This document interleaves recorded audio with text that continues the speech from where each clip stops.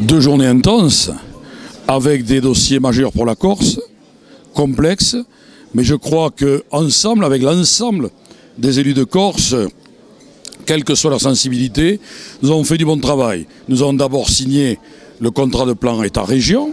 C'est une bonne chose pour la Corse, puisqu'au-delà des 158 millions initiaux, l'État a encore abondé de 5 millions et la CTC de 5 millions. Nous sommes au bout d'un long chemin de 6 mois et même un peu plus de concertation qui nous a amené à co-construire ces ordonnances et qui nous a amené aussi, il faut le dire, à aller les uns vers les autres, à mieux nous connaître, à mieux nous comprendre. La commune porte 2 projets phares.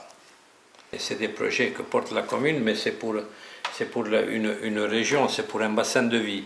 Donc que ce soit la maison de la santé où nous avons des médecins qui vont venir, et donc vous connaissez le problème des déserts médicaux. Après, là-dessus se greffe ou spazio qu'on appelle, donc c'est là où on aura la DSL avec la fibre optique, tout c'est quelque chose qui est très très important pour la micro-région. C'est pas pour Pontereccio, pour Morosaia, c'est pour la commune, oui bien sûr, puisqu'on porte le projet. Mais par contre, on est quand même tenu si vous voulez, de rayonner sur toute la région. Et je peux vous dire une chose, c'est que quand il est parti, il a dit qu'il nous aiderait sur sa dotation personnelle. Je suis très heureux de finir à Bastia, ici au conseil départemental, chez mon ami François Orlandi, avec lequel nous allons signer 8 contrats de maisons de services au public.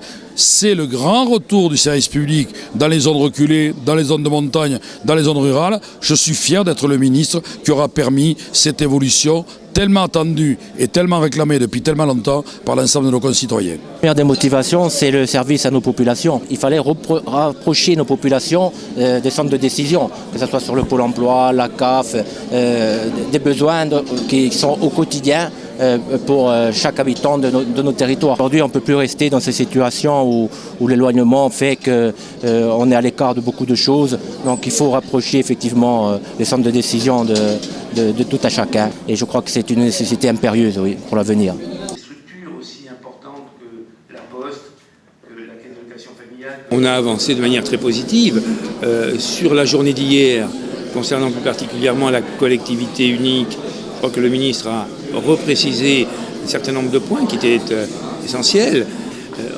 On a eu des temps d'échange constructifs.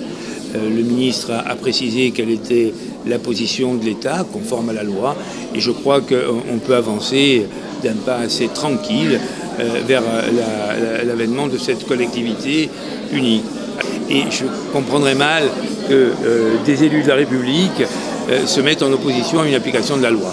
Au moment où les services publics ont déserté le monde rural, il importait qu'une réponse soit apportée. Ce gouvernement a eu le courage de le faire. Pour autant, il a fallu trouver de nouvelles offres.